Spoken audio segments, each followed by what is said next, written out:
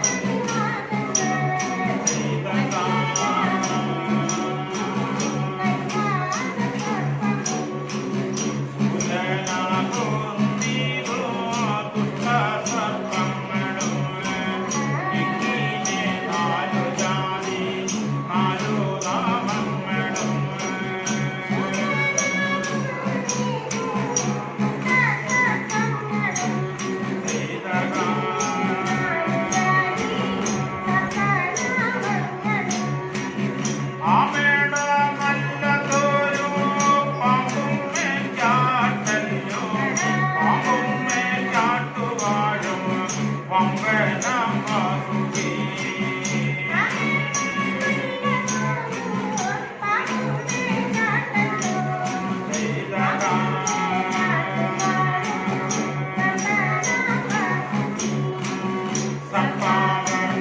സപ്പാവരണങ്ങളുടെ സത്താകുവാൻ നിത്യമാതുണക്കേണേ ദേവി സരസ്വതി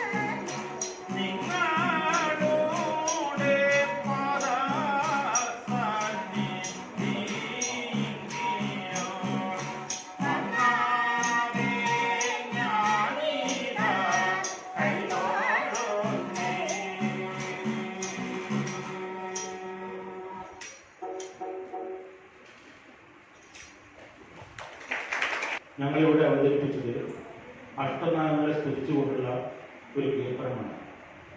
അഷ്ടനാഗങ്ങൾ അനന്തനും ശങ്കനും ശംഖുപാലൻ പത്മൻ പത്മപാലൻ ഭൂമിയിൽ ചുറ്റി കിടക്കുന്ന വാസുകി പിന്നെ ഗുളികനും കാറകുടകനും എന്നീ വിശിഷ്ടരായ അഷ്ടനാഗങ്ങളെ കുറിച്ചാണ് ഇപ്പോൾ പാട്ടുപാടിയത്. അതിലെ എല്ലാ സർപ്പങ്ങളും ഉൾപ്പെടുന്നതാണ്. തീർച്ചയായും നമ്മുടെ ഹിന്ദു മതപ്രകാരം കേരളത്തിലെ ഇങ്ങോളമുള്ള തറവാടുകളിലും ക്ഷേത്രങ്ങളിലും ആചരിച്ചു പോരുന്ന ഒരു അനുഷ്ഠാന കലയല്ല, ഇതൊരു അനുഷ്ഠാനമാണ്. കലയായിട്ട് കണക്കാക്കാൻ പറ്റില്ല. കാരണം വെച്ചാൽ ഭൂമി ഉള്ളിടത്തോളം കാലം സർപ്പങ്ങൾ ജീവിച്ചിരിക്കുന്നു എന്നാണ് ഐതിഹ്യം. മറ്റു ദേവീ ദേവന്മാരെ നമ്മൾ പ്രത്യക്ഷത്തിൽ കാണുന്നില്ലെങ്കിൽ സർപ്പങ്ങളെ നമ്മൾ പ്രത്യക്ഷത്തിൽ കാണുന്നു. അതാണ് അതിൻ്റെ പ്രത്യേക ഐശ്വര്യം. ഈ നാഗങ്ങളെ ആചരിക്കുന്നതിൻ്റെ ഭാഗമായി ആണ് ഈ പുള്ളുവൻ പാട്ട് അവതരിപ്പിക്കുന്നത്. നാഗശാപം തീരുന്നതിന് വേണ്ടി, സന്താന സൗഭാഗ്യത്തിന് വേണ്ടി, മംഗല്യ സൗഭാഗ്യത്തിന് വേണ്ടി, ദീർഘായുസിന് വേണ്ടി, ആരോഗ്യ സൗഖ്യത്തിന് വേണ്ടി ആണ് ഈ പുള്ളുവൻ പാട്ട് നടത്തപ്പെടുന്നത്. പലതരത്തിലും പല രൂപത്തിലും പല ഭാവത്തിലും ഇത് ആചരിക്കുന്നുണ്ട്. ഒരു പക്ഷേ തിരുമേനിമാർ വീടുകളിൽ വന്ന് പ്രതിഷ്ഠ പൂജ നടത്തി പോകുന്നുണ്ട്. അത് മറ്റൊരു ഭാഗമാണ്. വേദമന്ത്രങ്ങളെ കൊണ്ട് അവർ നാഗങ്ങളെ സന്തോഷിപ്പിക്കുന്നു. ഞങ്ങൾ പാട്ടുപാടി നാഗങ്ങളെ ഉണർത്തി സന്തോഷിപ്പിക്കുന്നു. രണ്ടും രണ്ട് തരത്തിലുള്ള ഒരു ഘടകമാണ്. ഇത്തരത്തിൽ ഒരു പരിപാടി അവതരിപ്പിക്കാനും ഇങ്ങനെ ബാലഗോകുലത്തിൻ്റെ ഭാഗമായി പാട്ടുപാടാനൊക്കെ ഞങ്ങൾക്ക് അവസരം കിട്ടി. ഞാൻ മുന്നേ പറഞ്ഞു. അതുകൊണ്ട് തന്നെ ഈ ബാലഗോകുല പരിപാടി വളരെ വിജയിച്ച് മുന്നോട്ട് പോകട്ടെ എന്ന് ഞങ്ങൾ പ്രാർത്ഥിക്കുക. ഈ പുള്ളുവത്തിയിലൂടെ ഈ ഉദ്ഘാടന കർമ്മം നിർവഹിക്കാൻ കഴിഞ്ഞതിൽ വളരെയധികം സന്തോഷവുമുണ്ട്.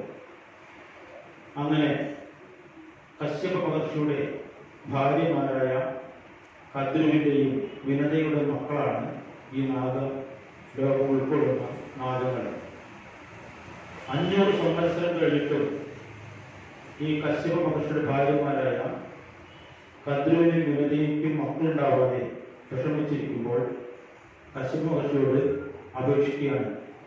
ഞങ്ങൾക്ക് ഇതുവരെ സന്താന സൗഭാഗ്യം ഉണ്ടായിട്ടില്ല, ആയതുകൊണ്ട് ഞങ്ങൾക്ക് സന്താനം ഉണ്ടാവണം എന്ന് പറഞ്ഞ് അപേക്ഷിക്കുകയും കശ്യപ മഹർഷി വിനതയോട് കദ്രുവിനോട് ചോദിക്കുകയാണ്, നിനക്ക് എത്ര മക്കൾ വേണം? കദ്രു പറഞ്ഞു, എനിക്ക് 1000 മക്കൾ വേണം. വിനതയോട് ചോദിച്ചപ്പോൾ പറഞ്ഞു, എനിക്ക് 2 മക്കൾ മതി. എല്ലാം തികഞ്ഞവരാവണം, എല്ലാം കൊണ്ടും വിശിഷ്ടരാവണം. അങ്ങനത്തെ 2 മക്കൾ എനിക്ക് മതി. ശാന്ത സ്വഭാവവും കുലീനത്വമുള്ള വിനതയുടെ അപേക്ഷ കശ്യപ മഹർഷി ഉൾക്കൊള്ളുകയും കദ്രുവിൻ്റെ അപേക്ഷയും ഉൾക്കൊള്ളുകയും ചെയ്തു. അങ്ങനെ കദ്രുവിന് 1000 മക്കൾ ജനിക്കുകയും 500 സംവത്സരം വീണ്ടും കാത്തിരുന്നിട്ട് വിനതയ്ക്ക് മക്കൾ ജനിക്കാതെ വരികയും ചെയ്തപ്പോൾ വിനതയ്ക്ക് ഭയങ്കര വിഷമമായി. ജ്യേഷ്ഠത്തി കദ്രുവിൻ്റെ മക്കൾ ഈ ഭൂമിയിലൂടെ അങ്ങോളം ഇങ്ങോളം ഓടി നടക്കുമ്പോൾ വിനതയ്ക്ക് വലിയ വിഷമമായി. എൻ്റെ മക്കൾ ഇതുവരെ ജനിച്ചില്ലല്ലോ എന്ന്. അങ്ങനെ വിനത എന്ത് കാട്ടിച്ചാൽ മക്കളെ കാണാനുള്ള ആർത്തി പോക്ക് ഒരു അണ്ണം ഒരു മുട്ട കൊത്തി പൊട്ടിക്കുകയാണ്. ആ കൊത്തി പൊട്ടിച്ചപ്പോൾ അതിൽ നിന്നും ഒരു മകൻ ഉത്ഭവിക്കുന്നുണ്ട്. ആ മകൻ പറഞ്ഞു, അമ്മേ, ജനിക്കാനുള്ള സമയം തരാതെ ധൃതി കാട്ടിയതുകൊണ്ട് ഞാൻ അരൂപിയായി അപ്രത്യക്ഷമാവുകയാണ്. അമ്മയ്ക്ക് എപ്പോൾ കാണണമെങ്കിലും എന്നെ കാണാം. ഞാൻ സൂര്യൻ്റെ തേരാളിയായി അരൂപിയായി അരുണൻ എന്ന നാമകരണത്താൽ അപ്രത്യക്ഷമാവുകയാണ്. അമ്മയ്ക്ക് എപ്പോഴാണ് എന്നെ കാണണം എന്ന് തോന്നുന്നു, ആ സമയത്ത് നമ്മുടെ മുന്നിൽ പ്രത്യക്ഷപ്പെടാം. 2ാമത്തെ മകൻ ജനിക്കുന്നത് വരെ അമ്മ കാത്തു നിൽക്കണം എന്ന് പറഞ്ഞുകൊണ്ട് മൂത്ത മകനായ അരുണൻ സൂര്യൻ്റെ തേരാളിയായി പ്രത്യക്ഷപ്പെട്ടു. വീണ്ടും മത്സരങ്ങൾ കാത്തിരിക്കുകയാണ്. അപ്പോഴേക്കും കദ്രുവിൻ്റെ കുശുമ്പും അസൂയയും കൊടുത്തു. 1000 മക്കളായി എനിക്ക്, നിനക്ക് മക്കളില്ലാതെ പോയി. അങ്ങനെ ഇരിക്കുമ്പോൾ വിനതയെ ദാസിയാക്കണം എന്ന ആഗ്രഹത്താൽ അതിൽ ഒരു കുശുമ്പ് കാണിച്ചു. ദേവലോകത്ത് ദേവേന്ദ്രന്റെ കുതിരയ്ക്ക് മറവുണ്ടെന്നും മറവില്ലാന്നും വാദിച്ച് അവരുടെ ദേവലോകത്തേക്ക് പോകാൻ പുറപ്പെടുകയാണ്. കദ്രുവിന്റെ സ്വന്തം അനിയത്തിയായ വിനതയെ ദാസിയാക്കണം. എനിക്ക് 1000 മക്കളുണ്ട്. അഹംഭാവം മൂത്ത് അങ്ങനെ കദ്രു ഒരു ദിവസം വിനതയെ വിളിക്കുകയാണ്. എനിക്ക് 1000 മക്കളുണ്ട്, നിനക്ക് മക്കളില്ല. ഒരു മകനെ ജനിച്ചുള്ളൂ, അത് അരൂപിയായി പോവുകയും ചെയ്തു. എന്നാൽ ഞാനൊരു കാര്യം പറയാണ്, നീ അത് സമ്മതിക്കണം. എന്താണ് ആ കാര്യം? ദേവലോകത്ത് ദേവേന്ദ്രന്റെ വെള്ള കുതിരയുണ്ട്. ആ കുതിരയ്ക്ക് വാലിന് മറവുണ്ട്. ആ മറവ് നീ പോയി കാണണം. മറവുണ്ടെങ്കിൽ നീ എൻ്റെ ദാസിയാവണം, അല്ലെങ്കിൽ ദാസിയാവണ്ട. ഇവർ തമ്മിൽ വാഗ്വാദമായി. അങ്ങനെ പ്രതിവാദം ഓർത്തു.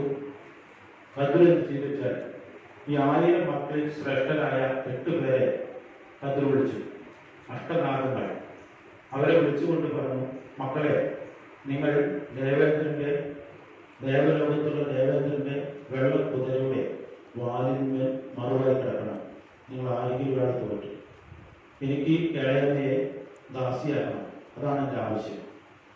അങ്ങനെ പറഞ്ഞപ്പോൾ മക്കൾ പറഞ്ഞു, ഞങ്ങൾക്ക് അമ്മയും ഇളയും ഭേദമില്ല, അമ്മ ചതി ചെയ്യരുത്, പാവമാണ്. അത് പറ്റില്ല, എനിക്ക് ദാസിയാക്കണം, അവളെ ദാസിയാക്കി പറ്റൂ. ശാഠ്യം ഒത്ത് മക്കളെ സമ്മതിക്കാറായപ്പോൾ അമ്മ പറഞ്ഞു, കദ്രു എന്ന അമ്മ പറഞ്ഞു, ഞാൻ നിങ്ങളെ ശപിക്കാൻ പോവുകയാണ്. ശപിച്ച് തീയിൽ വീണ് വെണ്ണീറായിക്കോട്ടെ എന്ന് ശപിക്കാൻ പോവുകയാണ്. ശാപഭയം കൊണ്ട് ഈ അഷ്ടനാഗങ്ങളിൽ 8ാമത്തെ ആളായ കാറുകൊടുക്കാൻ ദേവലോകത്ത് പോയി ദേവേന്ദ്രന്റെ വെള്ളക്കുതിരമ വാലിന്മേൽ മറുവായി കിടക്കുകയും പിറ്റന്നാൾ വിനതയും കദ്രുവും കൂടി ദേവലോകത്ത് പോകുമ്പോൾ മറവ് കാണുകയും അങ്ങനെ വിനത ദാസിയാവുകയും ചെയ്തു. അത്തരത്തിലുള്ള കഥകൾ ഒരുപാട് പാടാനും ഒരുപാട് അവതരിപ്പിക്കാനും നമുക്ക് ഇഷ്ടപ്പെടുന്നുണ്ട്. ചുരുങ്ങിയത് 1 മാസത്തോളം മഹാഭാരതം കഥ വായിച്ചു കഴിഞ്ഞാൽ അതിൻ്റെ കഥകൾ പാടാനും പാട്ടുകളും ഉണ്ട്. അങ്ങനെ പാടി അവസാനിപ്പിക്കാൻ നമുക്ക് സമയമില്ല. എങ്കിലും ചുരുക്കത്തിൽ പറഞ്ഞ് അവസാനിപ്പിക്കണം. ഈ അഷ്ടനാഗരെ കുറിച്ചുള്ള ഒരു കഥ എങ്ങനെയാണ് തുടങ്ങുന്നത് എന്നതിനെ കുറിച്ചുള്ളൊരു രത്ന ചുരുക്കമാണ് പറഞ്ഞത്. അങ്ങനെ വിരത ദാസിയാവുകയും ദാസിത്വം സ്വീകരിക്കുകയും ചെയ്തു. അങ്ങനെ മൂത്ത മകൻ പറയുകയുണ്ടായിട്ട് അമ്മയ്ക്ക് 2ാമത്തെ മകൻ ജനിക്കുമ്പോൾ അമ്മയ്ക്ക് ശാപം വന്നുപെടാൻ സാധ്യതയുണ്ട്. ആ ശാപം തീർക്കാൻ 2ാമത്തെ മകനായ ഗരുഡൻ ഉത്ഭവിക്കുകയും ഗരുഡൻ ജനിച്ചു കഴിഞ്ഞാൽ ദേവലോകത്ത് പോയി യുദ്ധം ചെയ്ത് അമൃത് കൊണ്ടുവന്ന് ഭക്ഷിച്ചാൽ അമ്മയുടെ ശാപത്തിന് മോക്ഷം കിട്ടുകയും അങ്ങനെ അമ്മയ്ക്ക് സുഖമായി ജീവിക്കുകയും ചെയ്യാം എന്ന് പണ്ട് കാലത്ത് തന്നെ കദ്രുവും വിനതിയും തമ്മിലുള്ള തർക്കം മൂലം ഉണ്ടായിട്ടുണ്ട്. അത്തരം കഥകൾ ഒരുപാട് പറഞ്ഞു തീർക്കാനുണ്ട്. എങ്കിൽ നമുക്ക് സമയക്കുറവ് മൂലം ഞങ്ങളൊരു പാട്ട് കൂടി പാടി അവസാനിപ്പിക്കാം എന്നാണ് ഉദ്ദേശിക്കുന്നത്. എല്ലാവരും ഇത്തരം കഥകളും പാട്ടുകളും കേട്ട് സന്തോഷമായി ഇരുന്നതിൽ ഞങ്ങളുള്ളതിന് ഒരു അർത്ഥമുണ്ട്. ഒരു പാട്ടും കൂടി ഞങ്ങൾ അവതരിപ്പിക്കാം.